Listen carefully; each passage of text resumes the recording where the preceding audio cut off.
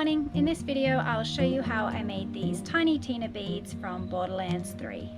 If you would like to try and win this piece, then stick around to the end to find out how. I start by looking at some reference images from the Borderlands cosplay guide. I took some screenshots and made a bit of a board in Photoshop, turned everything to black and white to minimize any distractions, and then made some rough sketches to the size that I wanted each sculpt to be. Starting with the base of the mask, I mixed in some black and graphite pearl, traced around the border of the mask with a blunt needle, leaving a light impression on the clay underneath. Cut around this shape with the scalpel.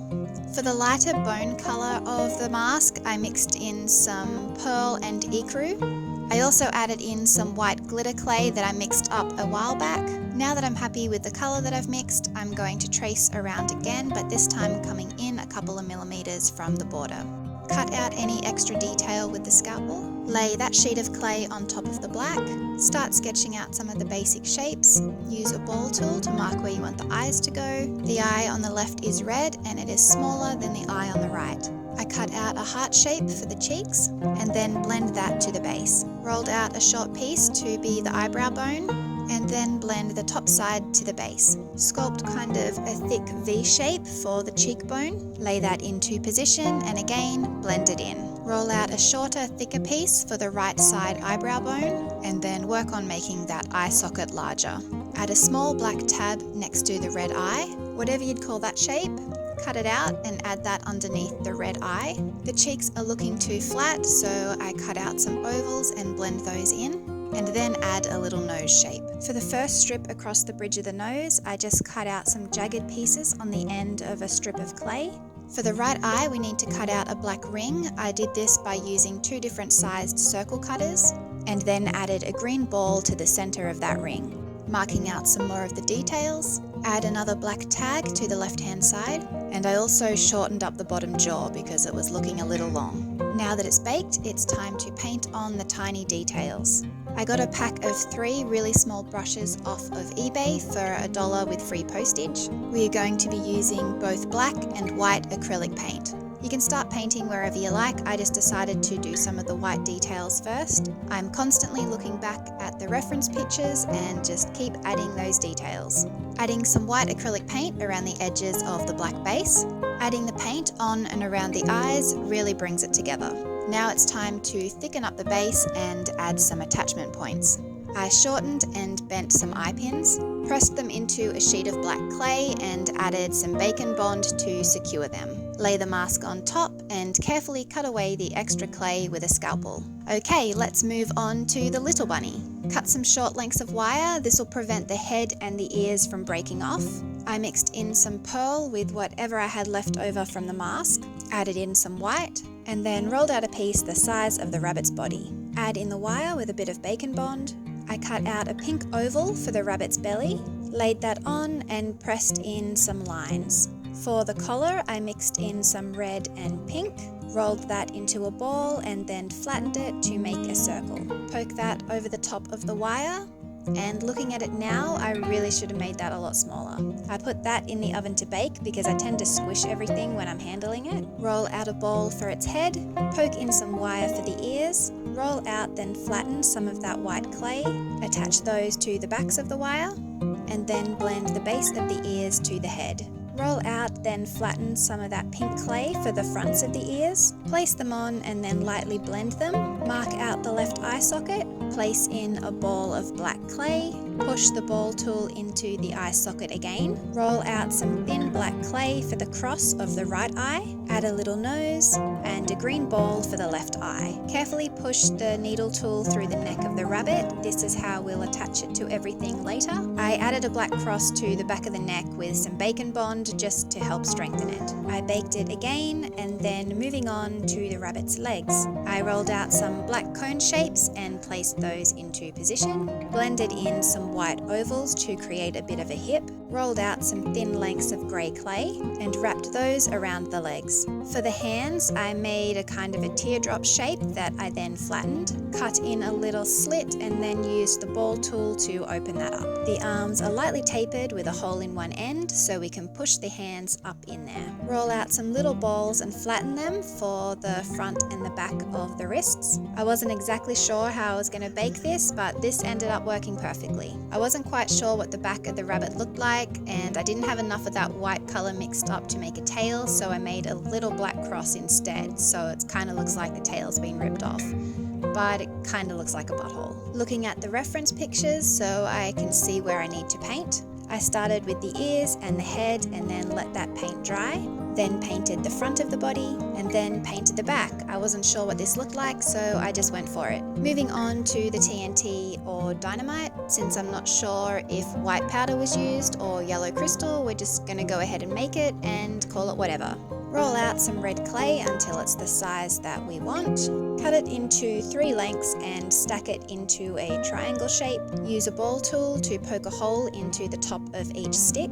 Add in a little black ball and then poke a hole into those as well.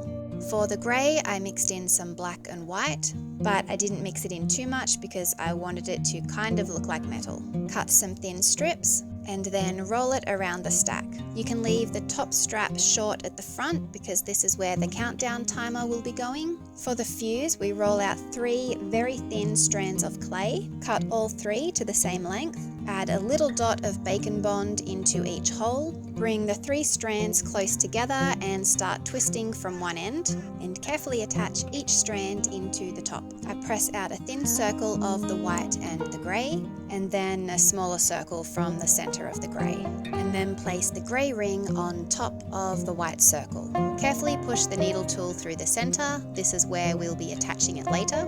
Now that it's baked, we're going to paint on the face of the timer. Some little pink ears, a pink circle for the head, let that dry, paint on a face and the hour marks. I also painted around everything with some black acrylic paint. Moving on to the grenade rounds on Tina's wrist. These are quite small and I knew I was going to be handling them a lot, so I put a glove on one hand and 2 finger cots on the other. You want all the rounds to be consistent in size, so the best way to do this is to roll out your clay and use a cutter. Any size or shape cutter is fine as long as you use the same one throughout. I used 2.5 circles for the top of each round and half a circle for the base of each round. You'll need 4 pink and 2 orange. I made an extra orange one just in case I messed up somewhere. Roll out a strip of black clay, wrap that around each round, and then attach the base of the round to the underside. Use a ball tool to make a hole on the underside and add a little bit of bacon bond. Roll out some black clay into a ball, add that to the hole, and we now have our primer. Each set of grenade rounds will have 1 orange in the middle and a pink on either side. Use some bacon bond to attach those together and carefully push your needle tool through the center like this. Lightly score a rim around the lower half of the black strap. After they are baked, it is time to paint them. Same as usual, just keep looking at the reference pictures. Add some white highlights, and now let's move on to the Tiny Tina writing. I modelled these beads off of the knuckles on her gloves. Again, we want to keep these beads consistent, so I use the same cutter size throughout. Roll the clay into a ball and gently flatten it out. I got these small letter stamps off of eBay years ago. I just carefully press those into the centre of the bead. Very carefully push a hole through the centre of these. Now that they are baked, it is time to paint around each of the letters, as well as around the perimeter of the bead. Moving on to the small grey beads. I mixed up 3 different colours. We have a graphite and silver mixed together, a granite and black mixed together, and a mix of any of the dark colours I had left over from other sculpts. To keep these beads consistent, I press out squares and cut those into quarters. I rolled the granite clay into rounder beads and the other 2 mixes into rough, jagged looking beads. I was hoping these would kind of look like rocks. Now we need to go ahead and put holes in each of those. Lay them on a sheet of paper before baking. Now that they are all baked and separated into separate containers, it is time to thread them onto the necklace.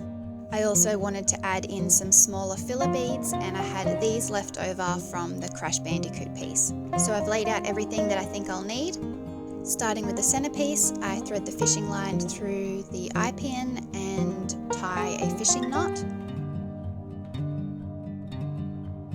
Thread on the beads in a somewhat random pattern. Nope, didn't like that. Gonna take off some of those beads. Okay, that looks better. It's kind of coming together. Held it up around my neck and it just wasn't sitting right. At this point, I'm thinking maybe a choker would be better. I was pretty happy with this, so I added a lobster clasp one end and a chain with some adjustable notches on the other end. Nope, still not happy. Bought $2 worth of filler beads. Let's try again. So I was thinking of maybe a longer necklace with a couple of strands coming from the middle of the mask. 4 strands coming from the middle piece might have been nice, but the holes for everything are in the wrong place.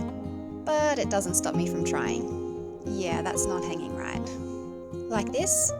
Nope. Maybe like this. Time to refuel and think about this some more. Oh, that's beautiful. What is it? Cake. Cake? Ball. Mm-hmm. And an eggy. Eggy. And a snake. And a snake. Beautiful. Yes, darling? Like this. You want me to bake that now? Mm-hmm. Okay. The hover. Okay, I'll hold it. Lovely.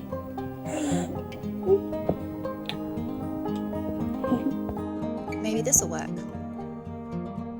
Okay, new idea. When all else fails, you can just call it a beaded piece.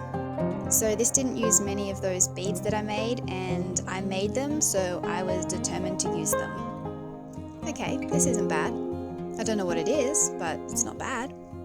3 strands looks better than the 2, but I ran out of beads, so I need to take them off again. This time I spaced them out a lot more. And it is finally done. I will put a step-by-step tutorial up on my website. I'll link that in the description box below. If you'd like to try and win this piece, make sure you are subscribed and comment whatever you like down below, preferably something nice, but I can't be too picky.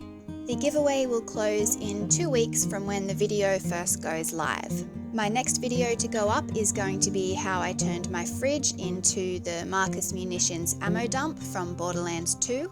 So make sure you click on that notification bell so you don't miss out. If you liked this video or found it somewhat helpful, then give me a thumbs up. If you didn't, you can give me a thumbs down if you like, but either way, I hope I see you next time.